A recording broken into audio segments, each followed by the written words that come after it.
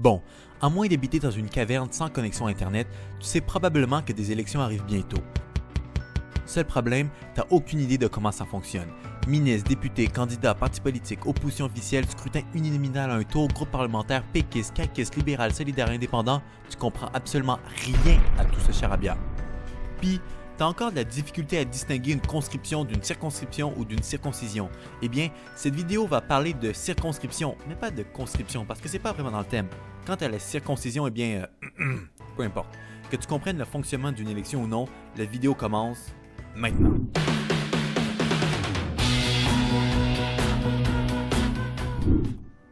Lundi, le 1er octobre 2018. Pas besoin de préciser que c'est une journée très particulière, voire même historique. Une élection générale québécoise, ça n'arrive pas à chaque fin de semaine. Toute la journée, des bureaux de vote seront ouverts partout à travers la province. Tous ceux qui ont 18 ans ou plus disposent du droit de vote. Ah, et d'ailleurs, assurez-vous d'être inscrit sur la liste électorale. Pour ce faire, c'est très simple, allez sur le site dont le lien est en description et entrez vos coordonnées. Prénom, nom, date de naissance et tout le tralala. Mais à quoi servent des élections juste?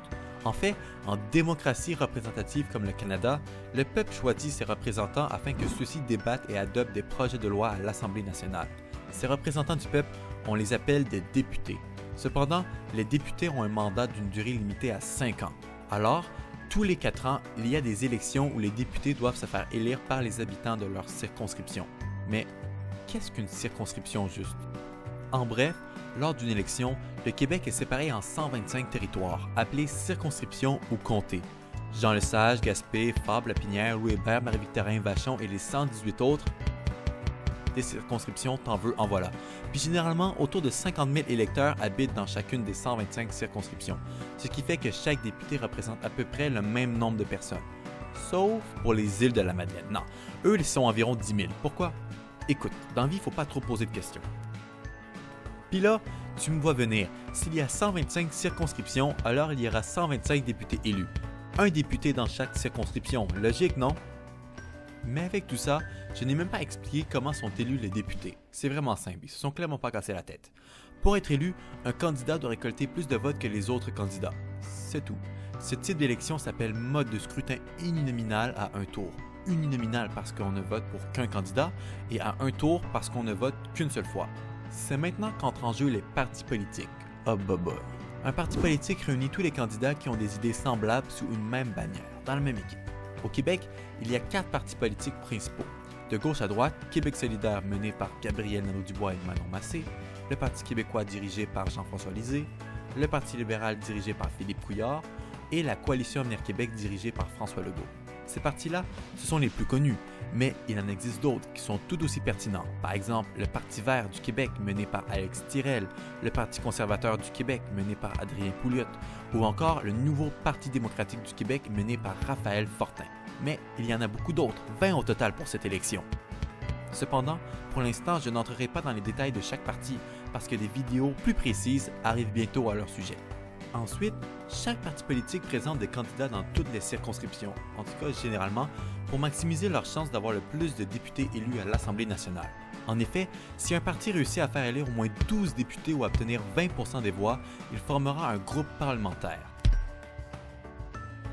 Les groupes parlementaires ont des avantages lors des débats et lors des périodes de questions. Au contraire, les partis qui ont fait élire moins de 12 candidats verront leurs députés siéger à l'Assemblée nationale en tant qu'indépendants. Un député indépendant n'appartient donc à aucun groupe parlementaire. Le groupe parlementaire avec le plus grand nombre de députés devient le gouvernement. Un gouvernement est soit majoritaire, dans le cas où une majorité des députés font partie du même groupe parlementaire, donc 63 députés ou plus, soit minoritaire, dans le cas où le gouvernement n'a pas une majorité de députés, donc 62 députés ou moins. Le deuxième groupe parlementaire, celui qui a fait élire moins de candidats que le gouvernement mais plus que les autres partis, devient alors l'opposition officielle. Actuellement, il y a 3 groupes parlementaires à l'Assemblée nationale. Le premier, le Parti libéral du Québec, forme un gouvernement majoritaire avec ses 68 députés. Le deuxième, le Parti québécois, forme l'opposition officielle avec ses 28 députés. Et le troisième, la Coalition Avenir Québec, forme le deuxième groupe d'opposition avec ses 21 députés. Les 3 députés de Québec solidaire et les 5 autres sont indépendants. Mais ce n'est pas tout. Avant qu'un gouvernement soit réellement opérationnel, il doit former son conseil des ministres. Le chef du parti qui forme le gouvernement, qu'on appelle le premier ministre, choisit des députés qui deviendront des ministres. Un ministre est un député qui gère un ministère, par exemple le ministère de l'Éducation et de l'Enseignement supérieur. Donc, il ou elle s'occupe d'une thématique en particulier dans le gouvernement. Également, seuls les ministres peuvent décider où s'en va l'argent de l'État. Et ce sont tous ces députés et ministres qui forment ce qu'on appelle une législature. Les élections du 1er octobre visent à faire élire la 42e législature du Québec. Bon, faisons un petit résumé pour être sûr et certain que tout le monde a compris. Le Québec est séparé en 125 circonscriptions. Dans chacune de celles-ci, les électeurs voteront pour un candidat. Le candidat avec le plus de votes devient député. Un député représente la population de sa circonscription et peut voter des projets de loi.